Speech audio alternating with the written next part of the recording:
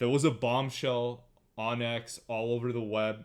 This reporter, kind of under the radar, Pablo Torre, got his hands on the NFL and NFLPA grievance ruling on guaranteed contracts. So to give the audience a little bit of a background, what happened here was the NFLPA was suing the NFL for collusion after the Deshaun Watson fully guaranteed deal that was handed by Cleveland to Watson in the 2022 season, where I believe he got a 5-year, $230 million deal that was fully guaranteed. The subsequent owners meetings, they were all talking about how, to limit guaranteed contracts, to be careful with, with the way, with like prorating money out, et cetera, et cetera. So the NFLPA felt like the NFL owners were colluding there, and there were a handful of other quarterbacks coming through the pipeline: Russell Wilson, Kyler Murray, Lamar Jackson, that were up for deals, but they wanted fully guaranteed contracts too. And someone like Lamar Jackson, and at the time Russell Wilson, who was more accomplished than Deshaun Watson, didn't get those deals. So that's what this grievance was all about. This guy Pablo Torre somehow got his hands on the leak, which was pretty freaking cool. But one thing that came out of here, the reason why we're talking about this and bringing this up, is when Arthur Blank was questioned about the Falcons not showing interest in Lamar Jackson back, I believe, in 2023, he cited cap flexibility. That was the reason why the Falcons chose not to pursue Lamar Jackson and to roll into 2023 with Desmond Ridder. Jeff, do you buy that? And do you think it was a mistake for the Falcons not to pursue Lamar Jackson? I guess I'm going to answer both these questions with a resounding no, right? Like I want to know why Atlanta is the only fucking team that people talk about when it comes to Lamar Jackson, right? Like Atlanta's wasn't the only team at the time that needed a quarterback. I mean, out of the 32 NFL teams, 28 of them needed fucking quarterbacks. Why is Atlanta the only one that people were talking about? Is it because it's Atlanta and he was a black guy? Like I literally don't understand why Atlanta was the team that everybody decided to tie his name to. But ultimately, I don't care about a snippet that came out in court. Why didn't Atlanta go chase him? Because he wasn't available. Lamar Jackson was never going to be available. Baltimore wanted the other NFL owners and teams to do their dirty work because they didn't know what his market was, right? Because there was still that residing fact of when he was drafted in 2018 or 2017, whatever it was, of, hey, here's a guy that probably should be a wide receiver, but he wants to play quarterback, and he's really athletic, and he's really fast, and he has a really good arm, but we don't think he can put it together because he's black, if we're being honest, right? Like there was still the stigma attached to black quarterbacks back then that they couldn't play quarterback. And here we are. We fast forward, 7-8 years later. Now you look, half the NFL teams last year had black quarterbacks that had at least one start for them. So, finally, we're finally starting to see things change. I mean, let me remember, at 45, I grew up in the Warren Moon days. Warren Moon couldn't get to the NFL because he was a short black quarterback. He had to go to Canada for 5 years, win a couple Grey Cups, prove he could actually throw the ball like he did at Washington, and came back and in my opinion, is the greatest quarterback of all time. And to me, that's not even debatable for me, right? But again, kind of going back to your question, Lamar Jackson was never available. The Ravens wanted the NFL teams to do their dirty work because he was a restricted free agent. He wasn't an unrestricted. So the team, Baltimore, was going to match whatever offer he got. And honestly, I think I appreciate the fact that NFL owners said, we're not doing your work for you. This is your guy. This is the guy that you drafted. This is the guy that is your MVP. He has led your franchise. He has made you better. You do your own damn dirty work. And so for me, I've just never appreciated the fact that Arthur Blank and the Falcons have been the ones tied to this. There's always been a big misnomer about how the whole Deshaun Watson thing even unfolded. The Falcons offer to him wasn't even $100 million. Like people seem to think that this was a couple $1 million. The Falcons didn't even come close to what he got in Cleveland, and they weren't going to. This was hey, we'll give you $10 million a year. Not we're going to give you $40 million a year, right? But nobody ever wants to actually report what actually took place with that. The whole premise is, well, they wanted Deshaun Watson. They didn't want Lamar Jackson. That's not the case. They if you can go get a guy like Deshaun Watson for $10 million a year, you fucking take it, right? Like, that's a no-brainer. A guy like Lamar Jackson, again, you can't argue with what he's done. Has he had postseason success? No, he hasn't. And that's where you make your money, right? But there's a lot of other quarterbacks who haven't had postseason success. But he's got a couple of MVPs. Maybe you can make the argument he probably should have had another this year. But I don't care. Would he have been cool? Yes. Did they choose Ritter over him? No. And for anybody to even say that, sorry, my favorite word, you're fucking retarded, right? Like, nobody said, hey, we're gonna take Desmond Ritter over Lamar Jackson. Like, nobody ever said that. The Falcons knew, Arthur Smith knew, Terry Fontenot knew, Rich McKay knew, as dumb as that motherfucker is, even he knew that this dude was never going to be available. The moment the Falcons said, hey, we're going to give you 5 years, $200 million, the Ravens would have been like, 5 years, $200 million, you're staying here, right? Because again, he was restricted. He wasn't going anywhere. They were going to match whatever offer came in for him. And NFL teams knew that. Fans apparently are too retarded to understand that. ESPN apparently was too retarded to understand that. But again, I would love to ask all of those people, why was it the Falcons' name that was fucking tied to this?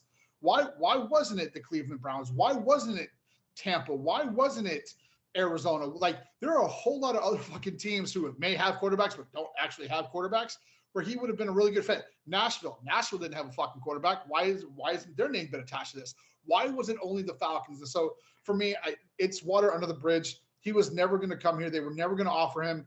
And I think ultimately for me, I think Arthur Blank took the route that he had to take to kind of save face for all the other owners. He was never going to come out and say, you know what? Yeah, there was collusion. We talked and we weren't going to do their dirty work, because ultimately that kind of proves their collusion point. So he took the route that he knew would get him in far less trouble than to say, yeah, as owners, we talked and we weren't going to do their dirty work for them.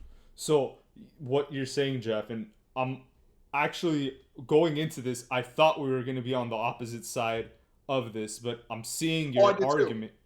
I'm seeing your argument, though. You're basically arguing not that the Falcons shouldn't have chased Lamar. It's the fact that Lamar wasn't even available to begin with. But say he was available, Jeff. Say we give up 2 first-round picks, give the guy $50 million a year. Not everything fully guaranteed. Just copy the Ravens contract.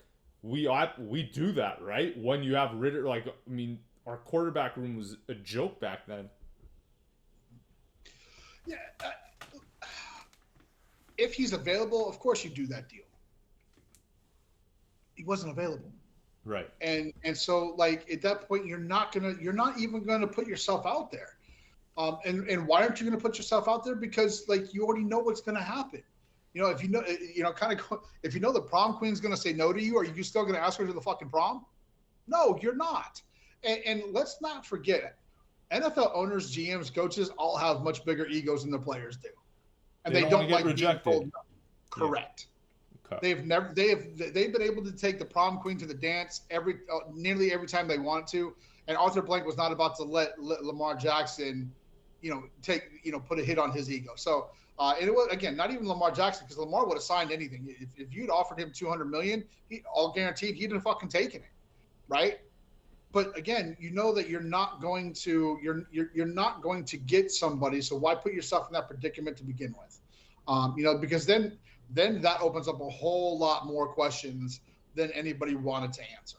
Yeah, and for people that don't really understand where Jeff's coming from too, it's not as simple like, hey, Lamar, take this $200 million contract. No, you got to sit there, negotiate with him, find the deal. To Jeff's point, you're doing the Ravens' work at that point. He agrees to that deal. The Ravens look over it, and more likely than not, they match it. And then it's as simple as that. So that's the angle that Jeff's trying to convey, that's the negotiating that could be done at by the organization. So, one thing that I wanted to ask you about, Jeff, Deshaun Watson, we were rumored to be giving up a lot of draft capital for him, but it sounds like you're saying the contract offer between what we were going to offer him versus what Cleveland offered him wasn't even close. So we were willing to give up the draft capital, but not the money.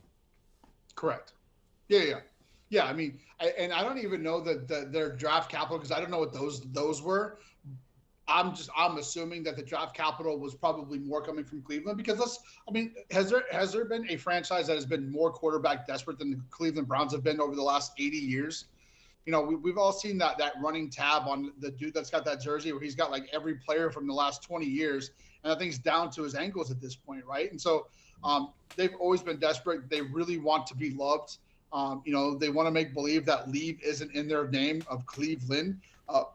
You know, it's just it is what it is with Cleveland. So I don't know what the Falcons were offering. Obviously, the Texans wanted something, but ultimately, the Browns offered far more money for Deshaun Watson than what Atlanta did, and I would even say it was probably double what Atlanta had offered. It wasn't even remotely close. And fully guaranteed, which is what caused this whole commotion.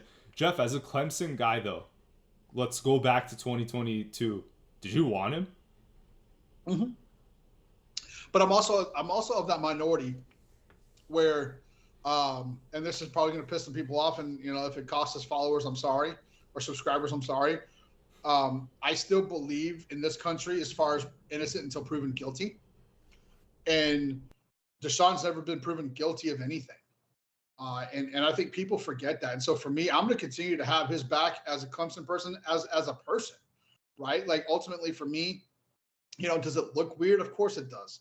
But I'm also not a young guy with millions and millions of dollars getting punished every single week. So I can't comment on what happened. All thing I can go by is, you know, kind of talking about, again, with Deshaun Watson, is 2 grand juries in the state of Texas heard all of the evidence that they had, and twice they decided not to bring charges against Deshaun Watson. And the old adage, ask any attorney, the old adage is you can get a ham sandwich indicted, but somehow they couldn't get Deshaun Watson indicted on anything, right? So for me, when you've had 2 grand juries in the state of Texas, of all places, hear things and they say, no, we don't believe anything happened, I'm going to take that on its face value. I'm not going to reach into things. I see you rolling your eyes. I get it. But for me, like, it's just, I'm going to keep having his back until he comes out and says, yeah, I fucked up. I was an absolute piece of shit. Because ultimately, again, I think a number that people don't understand it. And again, it's a weird number. He had more than, I think the final tally came out to like 64 massage therapists. 25 of them came out and said, no, he did something wrong. All 25 of them met him on more than one occasion. Like, if this dude's allegedly doing those things on your first visit, why are you going back 2 or 3 times? Like, none of this, all of that, again, I say all of that, none of that ever made sense to me. So I'm going to continue to have his back. I think he's a great Clemson man. He has a Clemson degree. He really put us back on that map of what it takes to be successful. But I'm also not that asshole, right? If it comes out and he, you know, and he says, hey, you know, I did these things, I will throw away every piece of Deshaun Watson thing that I have, because at that point you've now been proven not to have something. Well, Jeff, look, we're not ESPN, we're not Fox Sports. We can dive into the messy stuff and give our honest opinions there. And rolling the eyes there was more my reaction, like, shit, how am I gonna address this kind of situation on the pod? I obviously don't, you know, it could cost us followers, but who gives a fuck? I mean, to be clear, like, there have been way worse situations than what Watson did. I understand the volume of the people is a lot on that lawsuit, but to your point, nothing really has been proven in those court. Like, he was not found guilty of anything. Like, you look at what, like, Robert Kraft did, for example, like that. I think that's where, like, he had his hand caught in the cookie jar, but because he's an NFL owner, you kind of, you know, sweep that under the rug a little bit. So I think with Watson, though, like, to me, the whole thing kind of didn't make sense, because he's a NFL quarterback, man. The guy's making $40-50 million a year. He doesn't really need to do that. So, like, there's so many people that are, like, obviously sexually assaulted, have been through these things, and I don't want to speak, I don't want to, you know, 100%. Dismiss that. But when you have an NFL QB making that kind of money, it's just so hard for me to believe that, like, it's only coming from the massage therapist. Because if he was actually, like, a serial like sexual assault guy or whatever criminal, wouldn't we hear this outside of that realm? So like that part didn't really click with me, which, you know, it's certainly possible that it happened, but again, innocent till proven guilty, and he wasn't found guilty. Yeah, and you know, kind of to your point though, you know, you don't just wake up one day at 25 and go, hey, I'm going to start, you know, sexually assaulting people. Like, it's something that's building. There was never anything in high school. There was never anything at Clemson, a town of 10,000 people, by the way, and he was the biggest face. So if things like that were happening in the upstate of South Carolina, it would have been talked about, and it damn sure would have come out when that happened. And I also just want to point out that the attorney, Tony, whatever his name was, also had accused Jay-Z of doing some shit with like a 12-year-old recently, and that court case got dismissed when Jay-Z's name got his name cleared. And so like let's realize who had brought all of these things on, and the timing of it. Like, there's just so many things that, again, the great thing about being in this country, we're not Europe, right? You're not guilty until you prove yourself innocent. You are innocent until proven guilty here. And for me, especially here in 2025, where we kind of forget that, I tend to hold on to that. And sure, are there times where I'm wrong? Yeah, but I'm always going to give the person the benefit of the doubt until they are proven to be guilty of something. And you know, let's remember, there are a lot of times, and this is probably more so with when it comes to us as people, we always assume that payoffs mean you're guilty. I guarantee you, and I don't have firsthand knowledge of this, but he paid off all of those people after he signed that contract. I would 100% bet my life that the Cleveland Browns said, hey, you know, 25 million of this 230, you're going to pay everybody off, and you're going to be done with the shit, because we don't need this hanging over. You know, we're going to deal with the initial PR nightmare of this, but we don't need this holding over our heads for the next 2 or 3 years. Get this shit settled, get it taken care of. And I guarantee you that was a conversation. And if you're Deshaun Watson and you got to go spend 30 of the 230 million guaranteed that you have, you're going to go do it, right? You're going to say, you know what, you're right. Fine, you know, because he was going to, you know, he wanted to fight this to the end, but I guarantee you, the Browns had something to do with that. And people have never talked about that. But if I was a betting man, and I'm not, but if I was a betting man, I would bet my life that the Cleveland Browns sat him and his agent down and said, look, if we're going to give you this money, you're going to take X amount of this, and you're going to settle all of those claims and be done with it and move on, so that we don't have to keep answering questions time and time and time again. Look, people of that status, of that stature, they're targeted, man.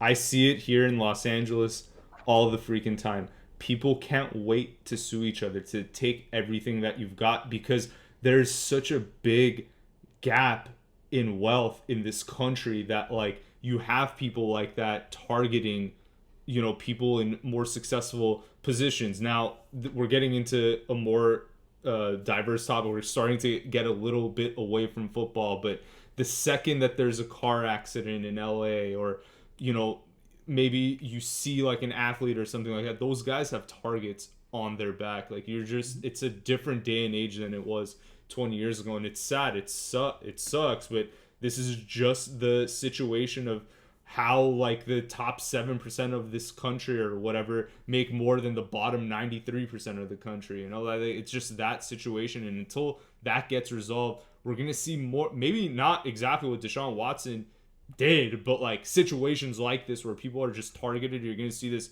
frequency more and more. You're gonna see that increase.